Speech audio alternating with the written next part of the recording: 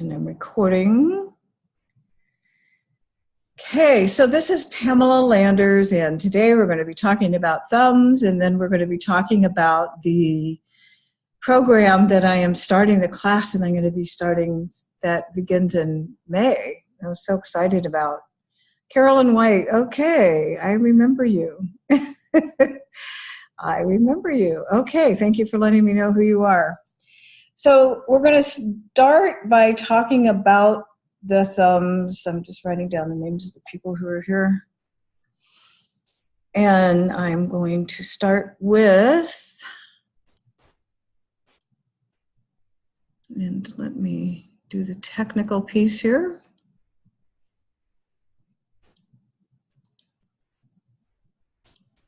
There we go. I'm assuming you can all see this, and Tanya, if you could nod your head, because you're the only one I can see that has a face, that you can see attributes of the thumb on the screen. And Janine, hi, Janine. Can you see the screen? Okay, you can. Okay, good. All right, so attributes of the thumb. So we're going to be talking about thumbs today, the power of things that make us so unique in the world. And so we're going to be talking about the attributes of this. These are the attributes of the thumb. These are not the things, we're not going to be talking about all of these things today, but these are what the thumb is all about. So it's about imposing your will and your determination and your capability. That's language that we use to talk about the thumbs. And getting results or not getting results. How well are you result-oriented, depending on what your thumb looks like and how it sits on your hand, and a million other things that are important about the thumb. You control your world. The thumb has a lot to do with control. It's really related to control. So controlling your world is very thumb related. And shaping your world and dominating your world. All of these things are related to what happens with your thumb. And then we are going to be talking about opposing today, your opposite, the opposingness of your thumb. That's not the correct word, but we'll get into it. Being able to resist and oppose your natural tendencies, habits by making new choices. So it's consciousness. It's about becoming conscious that, of course, this is the thing about hand analysis. The value to me of hand analysis is that you become conscious of your design. And when you're conscious, you get to make different choices than doing things from a place of not being conscious. That to me is the greatest gift that we have with knowing stuff through our hands. So during the year long, when we are talking about the thumbs, these are the kinds of things we'll be talking about. We're not going to do it, like I said, we're not doing all of them today, but we're talking about the fingerprints and what it means if you have life purpose and life lesson on your left and or right hands, and if you have a composite fingerprint on your thumbs, because composites often show up on the thumbs. Not all the time. They show up other places, but they're very common on the thumbs. Then we'll be talking about the sections of the thumbs, the top section, the middle section, the bottom section, and the timing line, which is a line that goes, most people have it. I don't have it on this hand, but most people have a line that goes across the bottom and what that means. And then the tip shape, what kind of shape do you have on the tip of your thumb? That's one of the things that we'll be talking about. So then we'll be talking about the gift markings on the thumbs. There's the star of intention that sits on the top section and the seer star that sits in the middle. Horizontal lines, what happens when you have horizontal lines in your sections of your fingers? What happens when you have vertical lines? These are all things we'll be talking about in the year long. The size of your thumb, what's the length of it? What's the width? What's the thickness? They all mean something. The angle of opposition, this is what we're going to be talking about today, is the angle of opposition to the index finger. How does it relate? And is it flexible in each section? How is the section flexible or not flexible? And how does it set on the hand? Where does it connect to the hand and how does it set? And then is it straight or is it curvy? How does your thumb? All these things are thumb attributes that we're going to be dealing with in the year long. So today we're talking about the thumb angle of opposition and the thumb set. So the thumb set, which I'll show you some examples of this, The thumb set reveals your inherent capacity to complete tasks. Are you going to get stuff done that you started, right? How are you achieving results? These are all thumb-related conversations. And it reveals the capacity you possess to get the job done. So will you get it done, and what's your capacity for making that happen? And the angle of opposition reveals your sphere of influence that you are comfortable managing. So we're going to start with the angle of opposition. So here's a chart that shows. So what I'd like you to do, I'm going to stop sharing for a moment and come back for all of you who are able to be visible. So all of you who can put your camera on, hold your hands up and show me how your thumbs are, how out they're in, or how in they are, or how out they are. This is great. I'm seeing a few of you. A lot of you have this. This is good. Thank you for sharing. Okay, so we have a variety of different ways that thumbs look. Okay, so now we're going to go back to our presentation and find out what that means. When we have these angles of opposition, and I didn't see anybody in the D, E, or F category, but I saw A, B's, and C's of people who were showing their hands. Of course, everybody didn't share their hands. But if you did, then this is what this is going on. So the A is the largest angle of opposition. I have that. When I first started learning how to read hands, my thumb was like this. And when I learned about this angle of opposition, I said, there's no way I want to have my thumb like that. I want a thumb like this. So I started working on it, and I started holding my thumb down, and I started holding my hand with my thumb out, because I wanted to have a large territory. I wanted to be the CEO. I already had my own business, but I wanted to act like I had my own business. So that was a very helpful thing for me to understand is, oh, I could change this. Everything but the fingerprints can change in the hands. I'm going to change how my angle of opposition is in my hands. My favorite phrase for this is the empire builder. So I have built an empire. I have tons of books and audios. I have students. I teach classes. I have followers, right? I've built an empire, and I couldn't have done that if my thumb had been up here. Just saying, I would have had to have other people help me do it. Oprah's thumb is like this in her set, but she can hold it out like this if she wants. When she talks about her mother, she holds it in. When she talks about her life, she holds it out. I'm just saying there are all these different things that can happen depending on your relationship with whatever it is you're in conversation about in any particular moment. People who talk with their hands, you can watch movie stars when they're interviewed, different topics. If some of them use their hands a lot, I mean, I watch them a lot, but or I don't watch political people very much, but famous people, just watching how on different topics their thumbs will go in and out. It's kind of fascinating. So if you're in the B and C category, you're probably good at having your own business. And I know a lot of you are self-employed on this call. And you may not want to do the whole empire building thing if you're in categories B and C. You're not designed.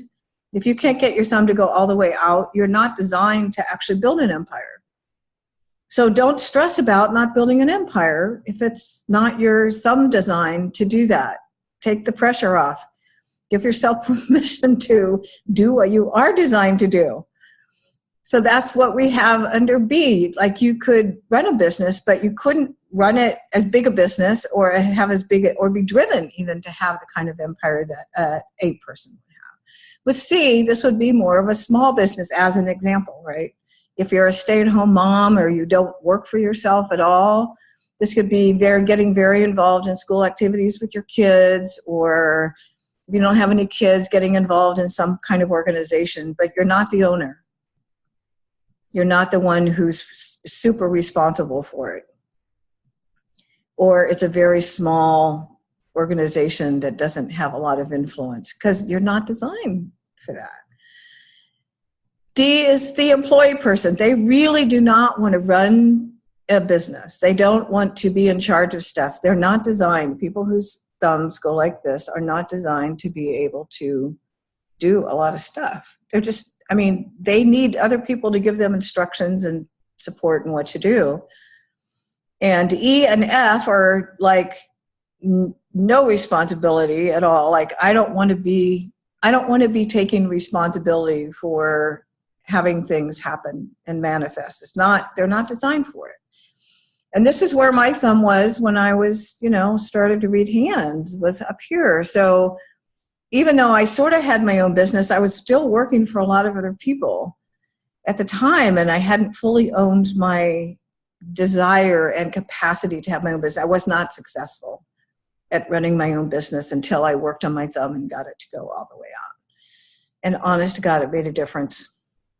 I'm not making this up. It made a difference about how I felt about my capacity and my confidence to be able to do that. So now we're going to look at some examples in the real world of people. Clint Eastwood. Who knows anything about Clint Eastwood? Clint Eastwood has a gigantic empire. He is an actor. He started as an actor. He started directing pretty young in his career. It turns out he's also a musician, and he's been writing music for a lot of his movies and for other people's movies. He writes scores for movies, and he's been doing that since he was 8. He's been playing piano since he was 8 and realized that he could do that. So even when he plays the piano in a couple of his movies, I think the one with a chimpanzee, I can't remember the name of it, but he plays the piano, and he's actually playing it in that movie. So he has quite a large empire that he has built. I think he's also been the mayor of Carmel. Yes, he was. And I just saw an interview with him about that.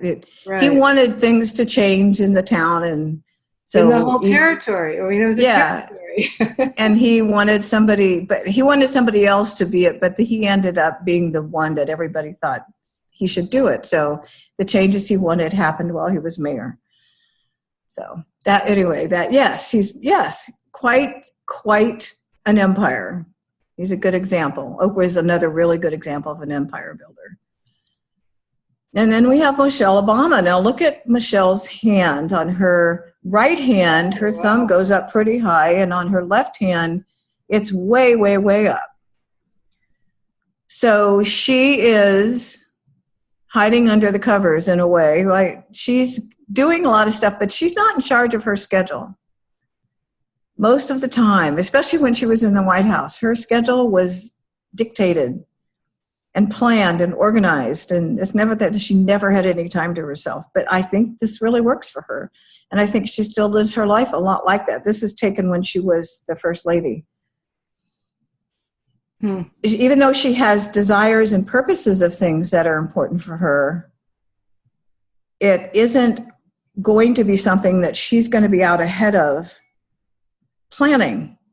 She's going to have somebody else be in charge of it, and then she'll do whatever is needed to get done. And I'm sure that there were a lot of rules that she had to follow being the First Lady. I'm sure there were lots of rules that had to be followed. And then we have Denzel Washington. And he's kind of got, on his left hand, it's out kind of far, it's pretty out, and his right hand is up a little bit more. So this is the kind of B on his left hand.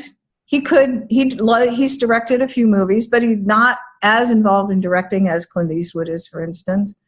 But he's directed some stuff, but if he's not wanting to manage people, that's going to be a little tough. So his right hand is more in, right? It's less interested in wanting to manage other people and being responsible for other people. So this is an interesting viewpoint on how like his left and right hands aren't the same, as we saw with Michelle Obama. So out in the world, Denzel's not showing the world. The right hand is how you present yourself out into the world. He's not presenting himself into the world as someone who wants to be in charge of a lot of stuff. But his left hand is going, I think directing would be kind of cool. And he's done that 2 or 3 times. He's directed a few movies, but mostly he's acting in movies. So he's more taking direction from other people, which is amazing because I have a ton of pictures of people in Hollywood and musicians, and almost all of them in their pictures, unless there's some specific reason, have their thumbs up. So they're used to taking direction, right? If they're an actor, they're used to taking direction. This is their design, is to not be in charge, but have somebody else be in charge and tell them what to do. All right, so any questions or comments about what we've talked about with opposable thumbs? Everybody's got it. It makes complete sense to everybody. Right? Yeah, it's pretty clear. Okay. Yes. I'm a good teacher. All right. You are. I am a good teacher. Okay. Let's see. And pardon? I do have a question. Okay. When you mentioned about how your thumbs were up and you then worked on bringing them down to change that, is that, like, I guess I'm a little bit confused if how your thumbs are set, but that doesn't, yeah, okay. It's the fingerprints and the fingerprints that don't change. It's the marking that change. Everything else but the fingerprints can change in the hand, including your angle of opposition. And if you're working on the angle of opposition to change that, either way, you would know whether that's not suitable or not, because you wouldn't think to do it if it wasn't appropriate. Is that it? Well, if you felt compelled to change your relationship with being under somebody else's control, if you didn't want to be under somebody else's control and you wanted to change that and gain stronger skill sets with your ability to manipulate and manifest, and impose your will, then you might feel called to do what I did, which I did. I mean, that was like, I'm not living with this under somebody else's thumb stuff. But for some people, it's fabulous. It's their design. It's how they're supposed to be living, and it really works for them. It just didn't work for me, you know. So I said, okay, I'm changing this. And it's worked. It's been very effective. I hadn't started building my empire. This was my first weekend learning hand in 1991. So I had a long way to go. It took me 2 or 3 years to get my thumbs to be comfortable. It used to hurt a lot. When I first started doing it, it would hurt a lot. All right, I saw a question in the chat box about the difference between the left and right hand with the thumb. So the right hand, as I said, is how you approach the world, how you are in relationship to the outer world. And your left hand is how your relationship in your private world and people close to you, your family, your close community of people. So that's when we were seeing with Denzel, is that his right hand, how he presents himself out in the world, is a little more under somebody else's control, right? He wants to be he's a good actor, but he wants to follow the directions of the director and what the producers are up to versus having to put his own voice in there, which Clint Eastwood didn't like that all that much, so he started directing himself. I've seen many interviews with Clint. And that's his main theme, is that and Barbara Streisand, they wanted to become directors because they wanted to do things their way. And both of them have thumbs like that. So, yeah. And the left hand then, because it's more personal, you may not display as much, or your truth may actually get displayed on your left hand, depending on you and what else is going on in your hands, of course. Everything is dependent on other stuff in the hands. It's not all just one way. If someone is left hand dominant, do you feel the presentation to the world switches? I personally don't. And I know other hand analysts do, but I don't, and I'll tell you why. Because we pretty much all shake hands with our right hand. Mm-hmm. We pretty much have been well trained to present our right hand as a way to greet people. And so for me, that is the way that we approach the world. I'm not ruling it out completely. I just don't have any experience with it being, if you're left-handed, that you're going to present yourself that way. But hey, listen, a lot of you are hand analysts. If any of you want to do a study on that, please let me know. I'll be very happy to hear your results. But it's not something that I look at as being part of what's happening. So, okay. Any other questions or comments about the opposable thumb?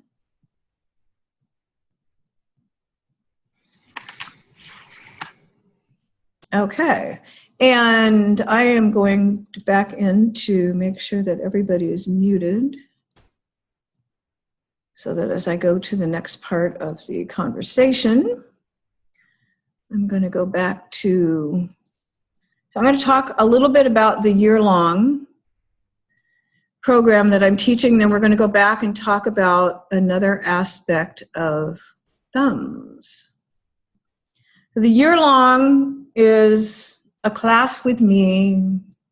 I haven't taught one by myself before. I've wanted to, but I haven't liked the structure that existed. And so until I got this brilliant brainstorm talking with myself, my friend Dawn, talking about all the reasons I didn't want to teach it, and I finally could get to the place where I could teach it the way I wanted to teach it. It was like, okay, now I'm super excited about it.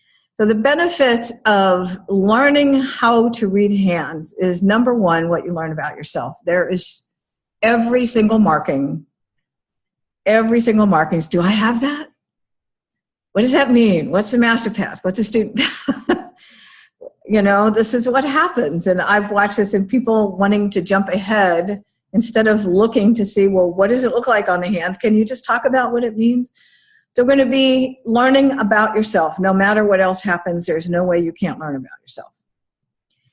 And if you want to, you can look at other people's hands and help them. You can interpret their markings. You can become a hand analyst if you want.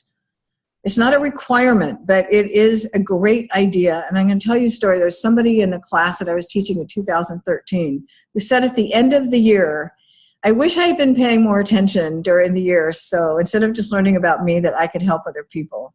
So if you have any inkling at all and you're going to participate in this, I would try to keep yourself really focused on being able to think about it as a tool that you can use along with other tools that you have, or if you want to become a full-time hand analyst, whatever that is. I think that the full-time hand analyst is kind of a calling. It's not something that everybody wants to do. It was a calling for me. I knew the first day that I heard Richard was speaking at a live networking event in San Jose where I was living, and he was talking about the Star of Apollo gift marking, and I was like, I have to learn how to do this. I've been doing astrology for 20 years. I didn't know I needed to learn how to read hands, but I felt compelled. I felt called. And it took me a while. I was doing it a lot, but I was also doing a lot of other things along the way. And finally, in 2007, all those other doors closed, and I had to say, okay, I'm a full-time hand analyst. And I'd already written 3 books by that time and had a number of audios, but I hadn't owned the full-time hand analyst role. And now that's what I do full-time. And I've been doing it for 11 years full-time, but I've been reading hands. So I have gotten over to 50,000 because I've been reading hands for 27 years. And if you want to, you can teach people how to read hands, which is what I'm doing, right? That's my calling. Here are the different zones in the hands. We have the mythology characters, Mercury, Apollo, Saturn, and Jupiter, and all the fingers and the zones believe it. This is the Mars zone, this is Venus, this is Neptune, this is the moon, this is Pluto, all of these sections of the hands that are totally related to the planets and the mythological characters. And I'm big on mythology, so I have conversations about the mythology and applying it to hands for everything. The thumb doesn't have mythology that I know about, so unless there's something I haven't gotten yet, but there's no mythological character called the thumb, so it might be hidden in some other character that I haven't discovered yet. Class is designed for 6 students. I like small classes. I don't want a big class. I want people to have a chance to get intimately connected with themselves and with each other and have a chance to read every class so that you start getting this so into your system that there's no way that you can't be conscious of this content. And the best way to learn is to talk. The best way to learn about hands is to talk about it. So we're going to start on May 10th. I have 4:30 as the time. If it turns out that the 6 people who decide they want to be in this class want to start at 5 o'clock or 5:30 Pacific, I'm open to negotiating that. I know there are some people from Australia, New Zealand who have expressed interest, and that may impact the time that we start if they choose to be in the class. And then we're not going to meet on November 22nd because it's Thanksgiving in the US, and the week between Christmas and New Year's, I want a vacation. And our last meeting will be May 16th in 2019. So we're meeting every week for 2 hours.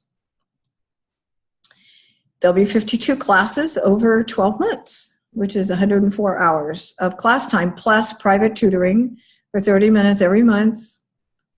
And then they can be study groups. If there are 6 people, if there are only 4 people, you guys will have to decide what you want to do. I'm going to teach it no matter how many people are in the class, but it is designed to have 6 so that there's enough interest in other people's hands and you get to see what's going on for other people's hands. It's just more fun that way. I have printed materials, plus I'll be doing PowerPoints that have pictures because lots of people like to learn visually in addition to just hearing things or reading content. So we have both. I'll be emailing the printed materials ahead of time in PDF format so that you can print them out and make notes, because I cannot tell you how many times I've gone back to notes I've taken in class. It's just, in fact, I just found some other ones that I took in grad classes, and I found something about the Jupiter star that I'd totally forgotten about. And I went, oh my God, this is so important. I need to include this. I'm so glad I have these notes. All the classes are recorded like this is on video and audio, and will be put in a private Dropbox folder for the people who are in the class. And so every 4 weeks, we're going to change what part of the hand we're talking about. In the first 4 weeks, we're going to be talking about all the things that are universal to the hand. Color of the hands, the texture, bubbles, and all kinds of geometric shapes and other things that don't apply to specific sections. And then we're going to apply those as we get into the specific marking. So like we're doing with the thumb today, I showed you all the different parts of the thumb that'll be covered in the year-long. We're talking about 2 of them. And I'm going to have you share examples and stories, because one of the things I know is if you're not giving me examples and stories, I don't know that you get the content. And on things on the markings you have in your hands, or somebody that you know. So it's not just going to be me doing all the talking. I'm going to share some information, but I need to know that you're getting this. And so I need to hear from you. And that's why we have a small class. And then you'll be able to do readings in every class. May not be everybody every class, but there will be readings in every class, depending on, we've had a lot of questions and answers or a lot of stories, and there hasn't been enough time to do the readings, but my job is to manage that, so I'll do my best. And the content we're going to be talking about is what I was talking about, the universal quadrants and geometric shapes, color, and texture. And then for every zone, I'll be talking about the mythology and how it applies. If there are gift markings, we'll be talking about those. If there are lines, almost every section of the hand has some kind of minor lines in it. If there are major lines, like the major lines that go up to the fingers, for example, and then the sections of the fingers, each section means something on every single finger. And the moon is broken into 3 sections, so we're talking about that. And then fingerprints in the palm, which I know a lot of you have not learned about. That's one of the things that I think is really super significant. Like, their fingerprints, they never change. Why would we not be talking about them? And then all the tips, there are different kinds of tip shapes, so we'll be talking about those and what happens if you have a square tip on Apollo or on Saturn. What does that mean and how is that different? And how all of this impacts your relationships and your business. I'm good at business coaching and relationship coaching.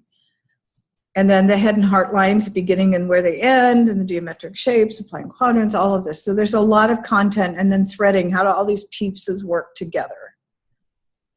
Because ultimately, when you're doing a reading for somebody, you need to be able to talk about, well, what if you have this thing? And what happened if you have a line that goes between Mars and Venus? And right, so all of that will be done. This is, if you want to become certified, that's going to be offered. There are requirements for that.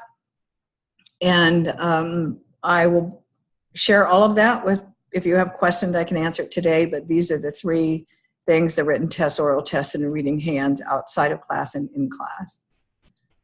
And then the investment for people who have never taken a year-long before is $8,400, which is $700 per month if you want to do monthly payments. Or for people who are repeating the year-long at $6,000, which is $500 a month for 12 months. And payments can be made up front in total or on a monthly basis. You can do a deposit of $500 in PayPal, which I will share again at the end if you decide you want to participate. And if you pay in full by April 30th, I'm going to give you a private hand analysis with me. That's not normally included in the class, so it's a special offer for people who are paying in full. And I don't think any of you are local to the Palm Springs area, so we'll be doing it on Zoom.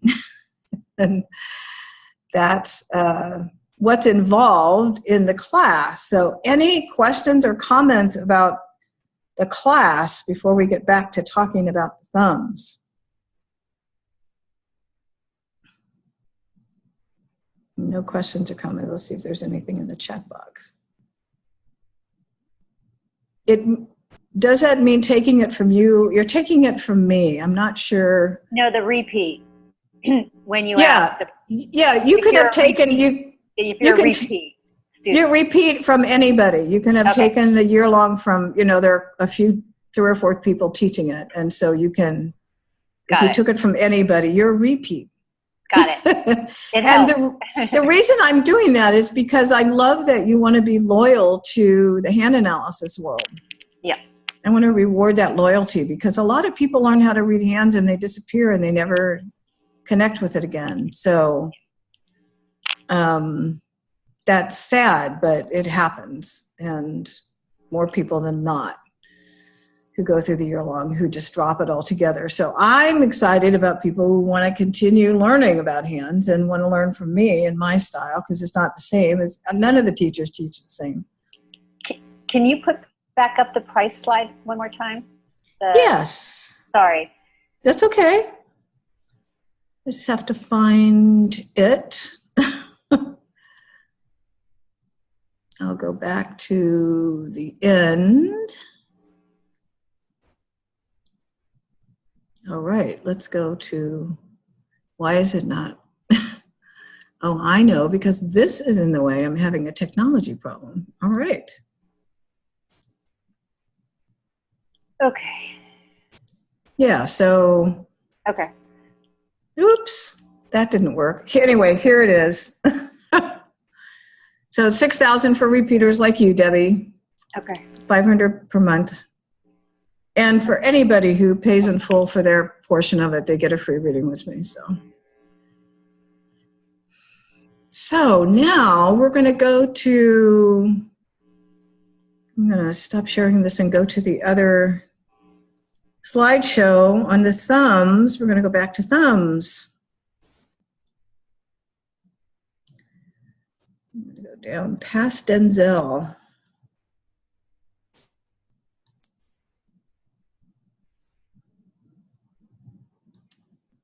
Okay, now we're going to go to set in the hands. The set of the thumb, where it sits on the palm. How does it meet the palm?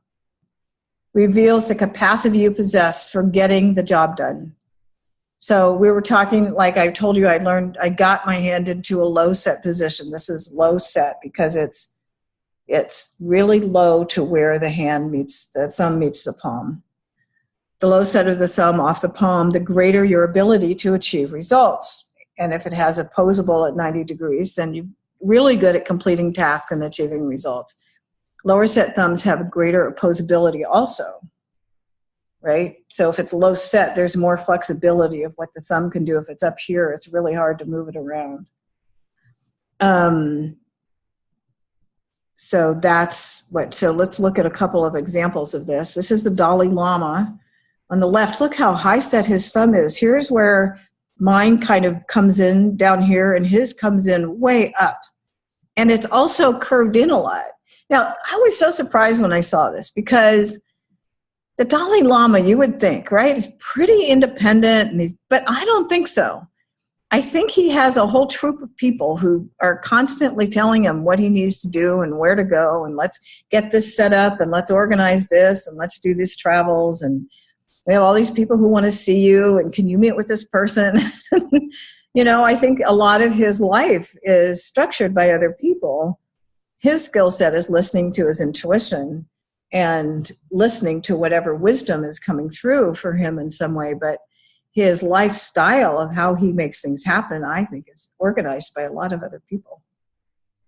I don't think he has a lot of management over his life. And then we have George Clooney on the other end, who has a very out thumb, very low set. It just comes straight off the palm. Low set and pretty good opposability here. So George Clooney also acts and directs, and I have found out recently when he was on the David Letterman thing on Netflix that he also does a ton of volunteer work, as does his wife, and his parents as well. This is all part of the family lifestyle. It's just doing a lot of volunteer work. So he has a lot of making things happen and manifesting in his realm and supporting a lot of different people and organizing things and wanting to control things and how things go, which is why I think he got into directing as well.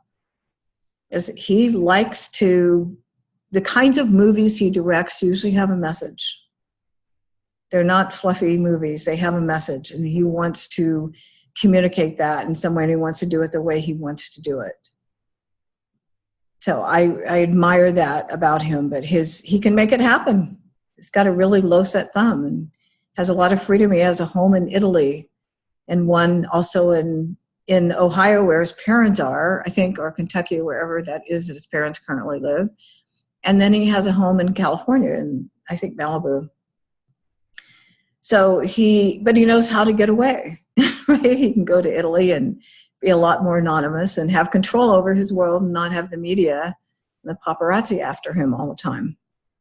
He's learned how to manage. He's learned how to have a lot of control over his environment, which is very important for people without thumbs, is to have a lot of control over your environment, because how are you going to make things happen if you don't have a lot of control over your environment? If your thumb isn't low set, then you're, and it's like the Dalai Lama. And Beyonce's hands look like this.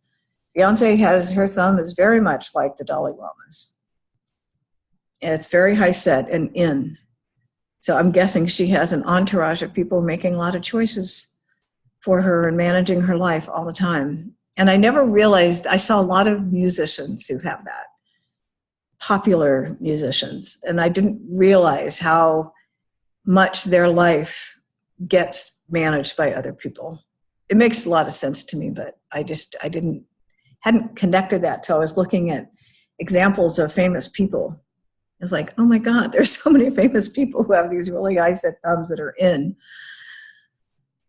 I would hate my life. But then I have a low set out thumb. So of course I would hate my life if somebody else were trying to control it. Okay. Questions, comments, anything you want to know about your thumbs that we've talked about today? I have a question. Okay. When you were looking at George Clooney's thumb, it drops down, but it also seems to go forward a chunk. Does that make a difference? Does that make a difference? Was that your question? Yeah. Does it make it different? Like, does it mean anything because you see some people like Clint Eastwood, he's down and he's like, yeah. And then you see Clooney who's down, but he's kind of, I don't know, squishy forward kind of thing.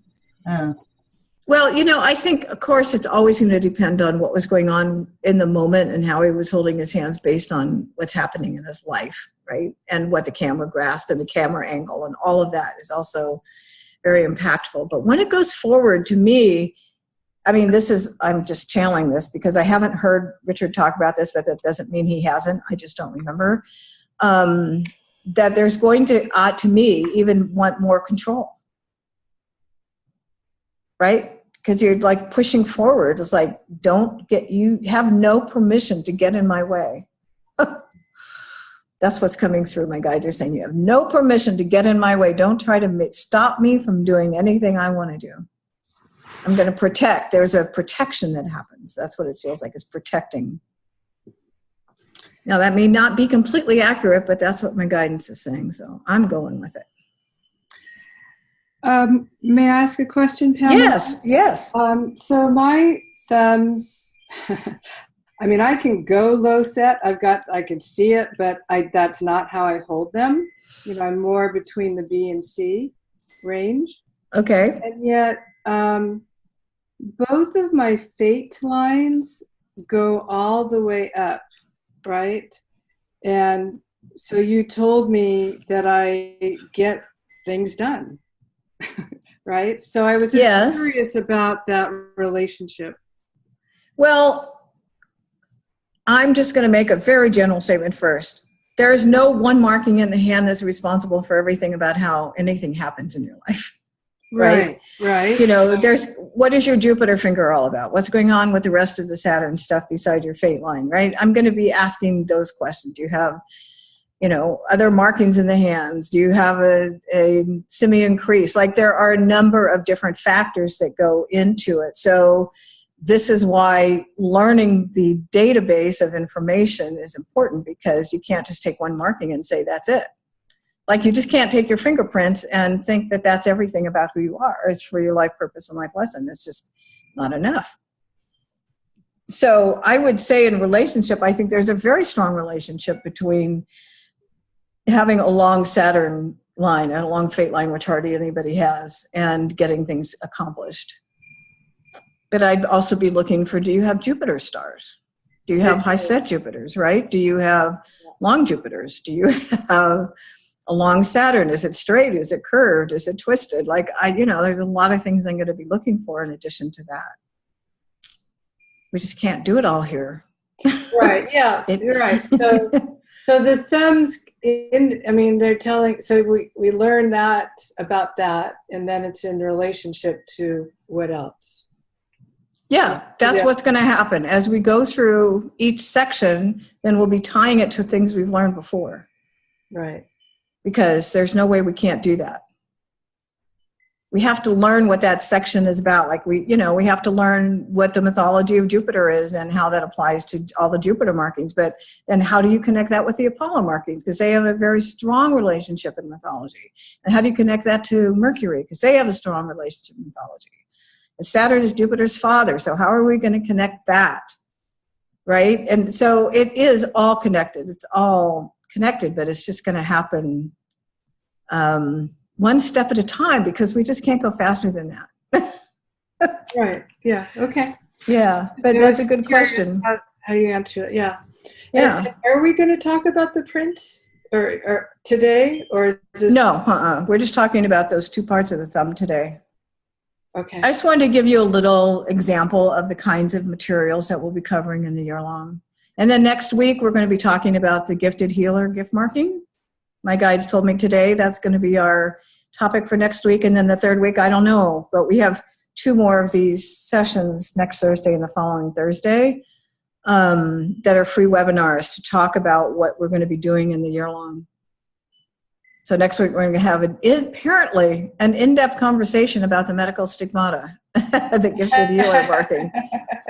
I was told as I was driving home from Target today that that's what we're going to be talking about.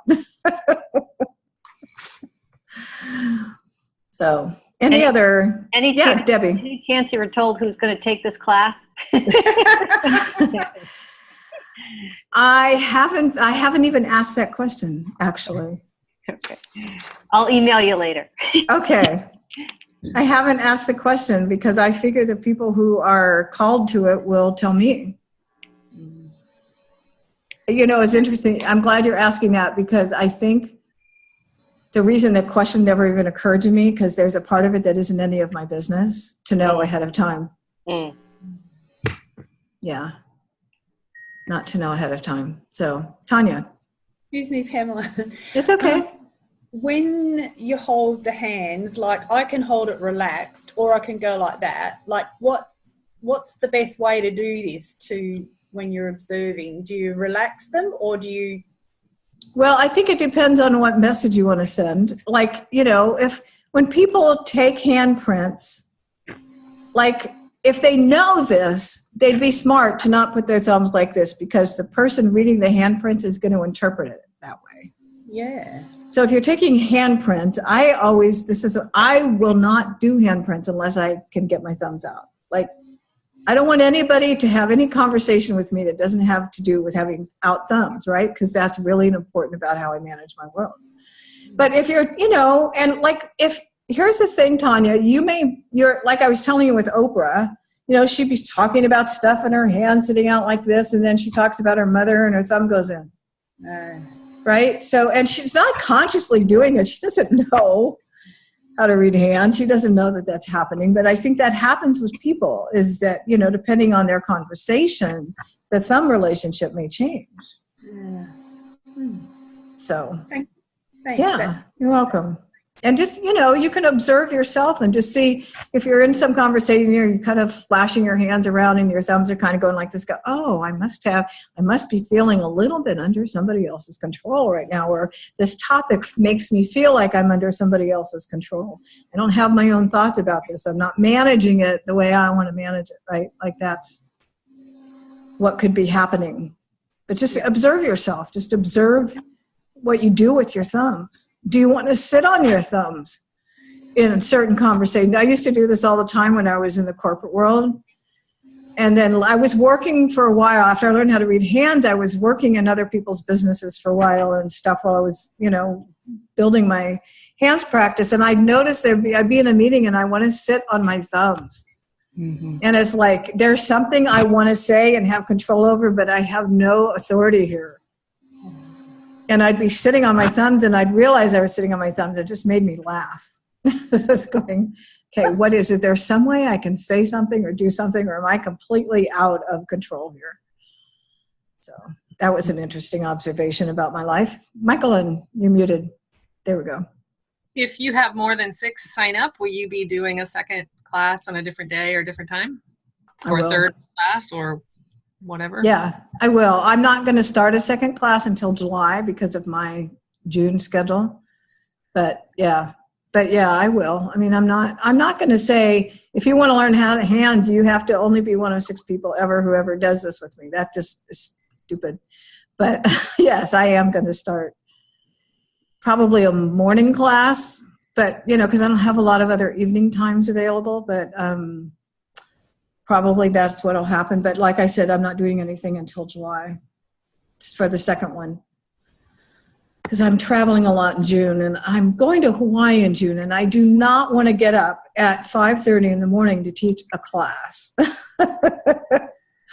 if I'm doing a morning class. So that's going to wait till I get back. And I'm going to be on vacation, so I don't want to work too much. I will be teaching that week, but only for 2 hours. Any other? Yes, Sarah. Yes. When I took a class with you and Beth before, one of the things that y'all were offering in the year-long training at that point in time was information about how to get started in a hand analysis business. Is that something that you're including? It will come up because of the markings that you have in your hands. Okay. That was a lot of Beth's approach. And that's one of the way that Beth approaches helping people, is to help them with their businesses. I help people with their business by looking at what their hand markings are and helping them know how to manage their business and where they need help and where they're strong and where they're just going to make themselves crazy because they're trying to do something they're not designed to do. So I'm good at, I don't know, Michael, and maybe you could speak a little more to this because you've been in so many of my classes, about how your experience is about how I talk with people about their businesses related to them. Well, yeah, you've taught several classes on business and how the zones relate to business and heart lines relate to business and various things relate to business. So that's sort of self-selecting. And I think if people want that, then they'll ask for it. It'll come up. Yeah. Yeah, you'll get a feeling pretty early if people are wanting that kind of information. Wow. Yeah.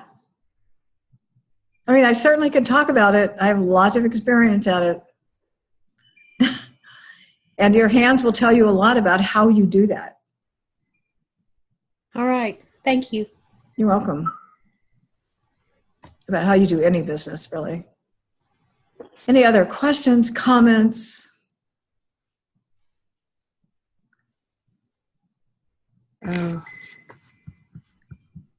No, that's it? You still have 8 minutes of my time. Is my mute off? Who are you? I'm your wellness partners. Oh, yeah. Your Yes. mute is off. I was just going to say that I was in a situation recently where it was to create harmony was for me to not speak up, even though I had a lot of authority to, but it was just the way it was meant to be. And I consciously did sit on my thumbs. I'm serious. I made myself sit on them. Wow. Not knowing that was really it, but I made it was my whole hand. But it worked. It really did. It does. Yeah. It just really made does. me conscious, Fawn. Just this is not the time, place to be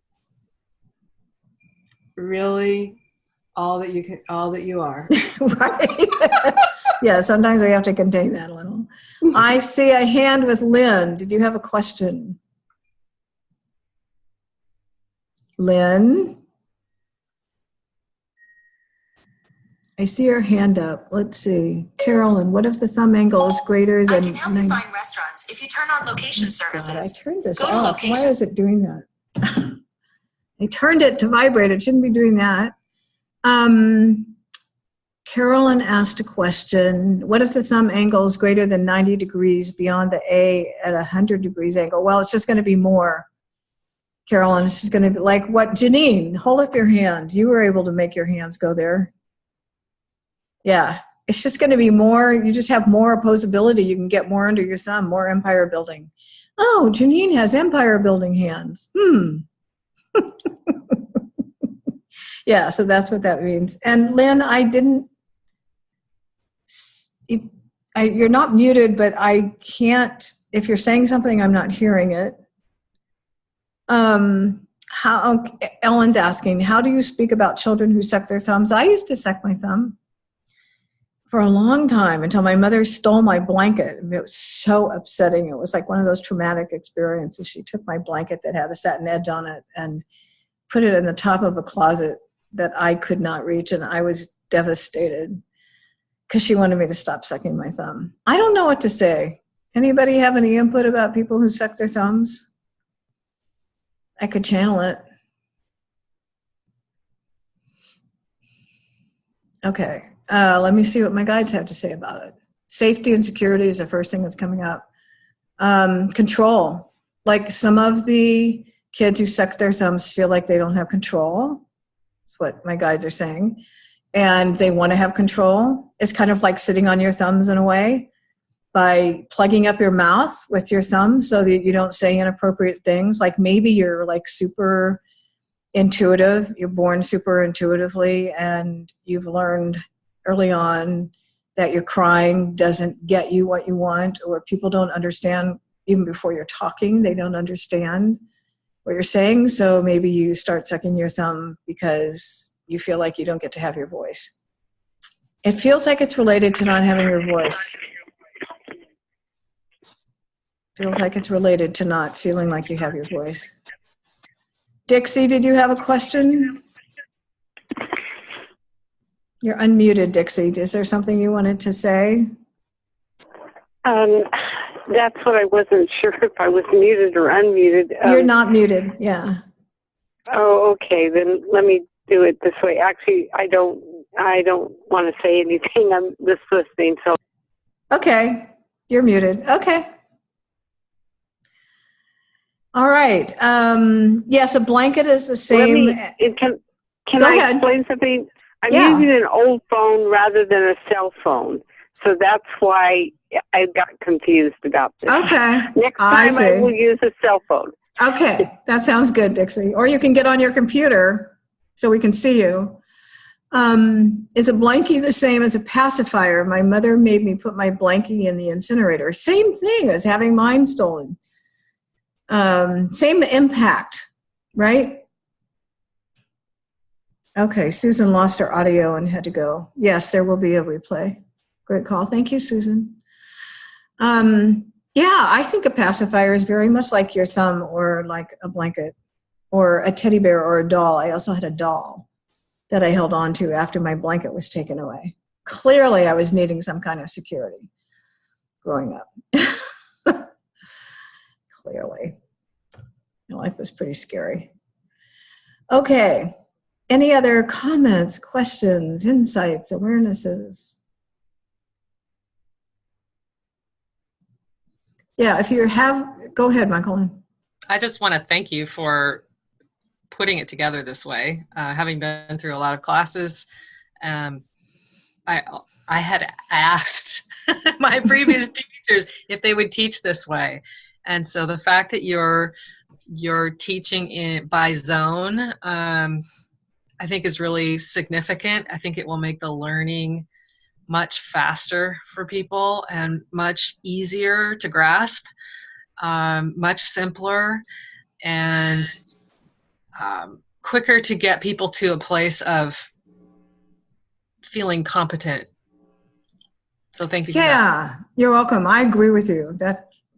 I'm totally in agreement with that. Debbie, hi. Yes. I just want to tag on to what Michael said, having spent a lot of money in a lot of classes. The biggest thing that I appreciate is you spoke right to my heart when you said this is about self-work and whether you want to become a full-time hand analyst.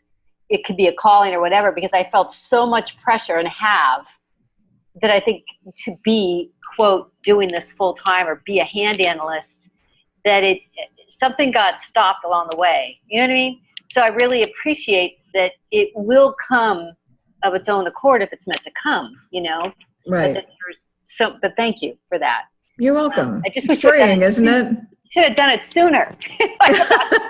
2 years ago, babe. I might have said something to you like that at some point. Yeah. So. Yeah. Thank you.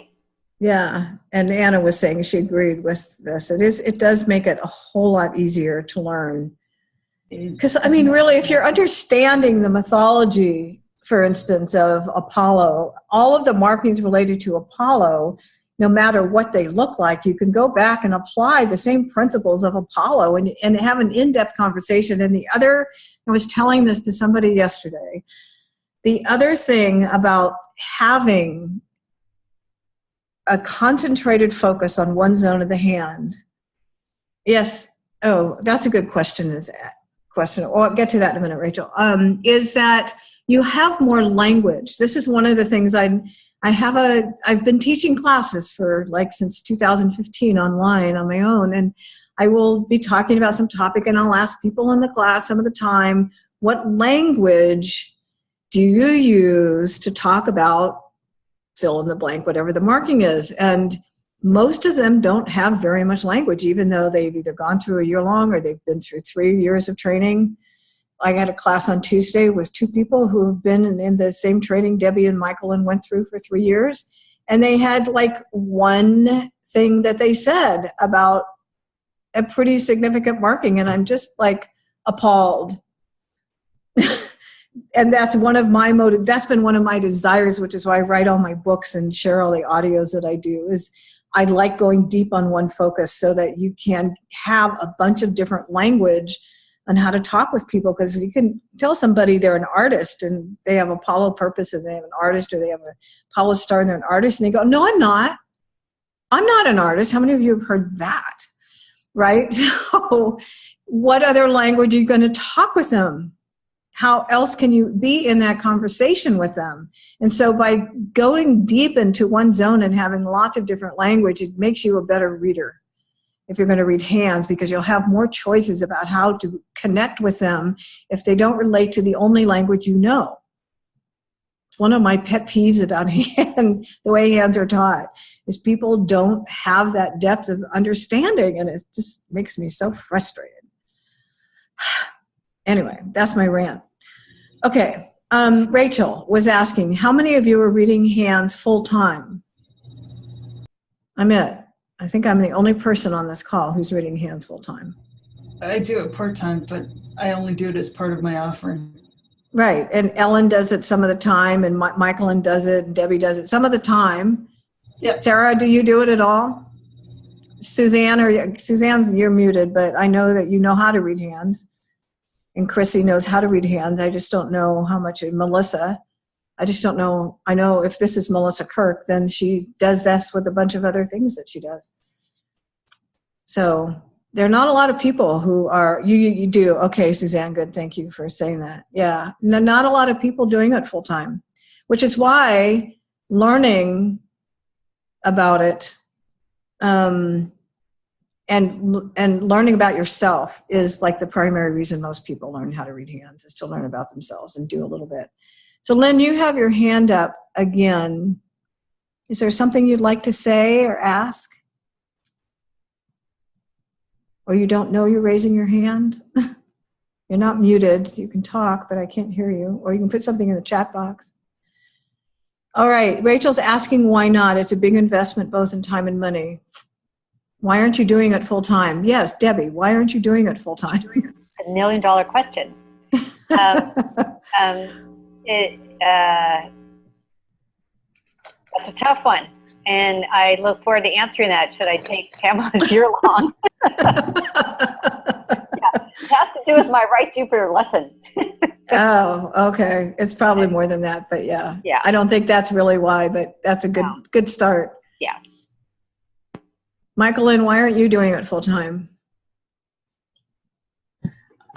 Because I don't have to be callous about it, and because I have 3 kids and I'm really active and I help in my husband's business and I have a lot of other interests, so I choose not to be full-time, but it's pretty darn close. If you counted up my hours in a week, I would think I'm pretty darn close. Yeah. Yeah. And you also do tapping, you do EFT stuff as well. So yes.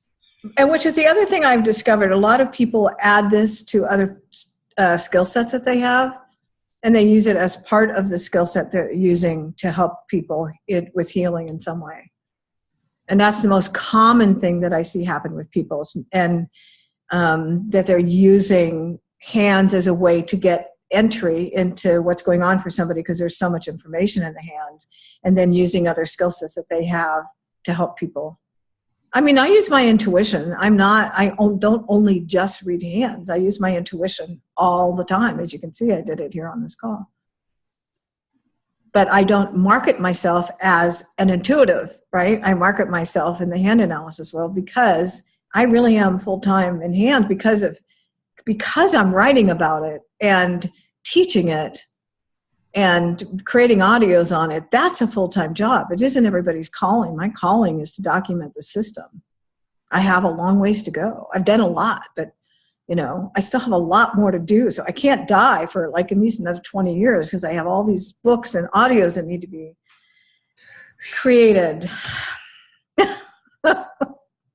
So I was called to hands. I didn't know that in 1991, but I wrote my first book in 2000, was published in 2002. So I've been doing it I started writing it in 2000. So I'd been doing it for 9 years before I started writing a book. I was teaching classes. I was also doing a bunch of other stuff. So it's not an easy business to be in full time, but it is an easy tool to add to other businesses. And then one of the reasons I think it's hard to do this full time is because you have to be able to teach it in order to make enough money at it at some point. And not everybody's asking for hands because most of the world doesn't even know, unless you live in, India, doesn't even know the value of hands. And they think about it as palmistry, which is predictive and fortune telling. And people, literally move their hands away from me some of the time when I tell them I'm a hand analyst. What's a hand analyst? What does that mean? Do you is that handwriting analysis, right? So there isn't much of an education in the world about hands. Beth has done an amazing job of marketing and educating a ton of people about it. Thank God she's done that, because a lot of people have heard of it now that hadn't heard of it before Beth got on the scene. I think that was her calling to hands, has been the marketing of it and getting people really energized and excited about the fact that they carry this map around with them everywhere they go. Which you do. It just needs to be decoded. But it's there. You're born with it till you die. Your fingerprints never change. All right. Any other comments or questions? I hope that answered your question, Rachel. It is a big investment, but it's also a big investment in your personal growth. And lots of people spend thousands of dollars attending seminars on personal growth and never get as much detail as you get by looking at something as specific and tangible as your hands. I've done it. I did it. I spent thousands and thousands and thousands of dollars learning a lot of things, some of which has been helpful and some not so much. I'll do it. Okay, any other? Yes. I just wanted to say thank you for hosting the class, and I'm very appreciative with the way that you're planning on stacking it, because my two favorite things about you are, one, the fact you use great language, and I can get different images and things that I can remember with the way you describe things, and the fact that you're going to be going deep through the area, because the stacking of it I found the most useful. Like, we went through the year long and stuff, but even going back through some of the classes we've done, as we've layered it, it's been able to help give me a much better quick reference map, and I really appreciate it. You're welcome. Thank you, Janine. I know, I don't teach this like everybody else. Makes me special. I like to feel special. Makes my life lesson happy. Okay, any other comments, questions? Thank you all for being here. Thank you, Suzanne. Thank you. So I'm a great teacher, honest and sincere and vulnerable. Yes, that would be me. Thank you for recognizing that and commenting on it, Suzanne. I appreciate that. I know, I'm like, share all these really personal stories and my books and audios and classes I teach and emails. So yeah. Okay, you're welcome, everyone. Thank you so much for being here. And next week we're going to delve into the medical stigmata. Okay, and I will have this recording available. I'm going to put it in a Dropbox folder, so that'll go out in an email. Okay, thanks. Thanks, Pamela. You're welcome. Bye. Thank you. Bye.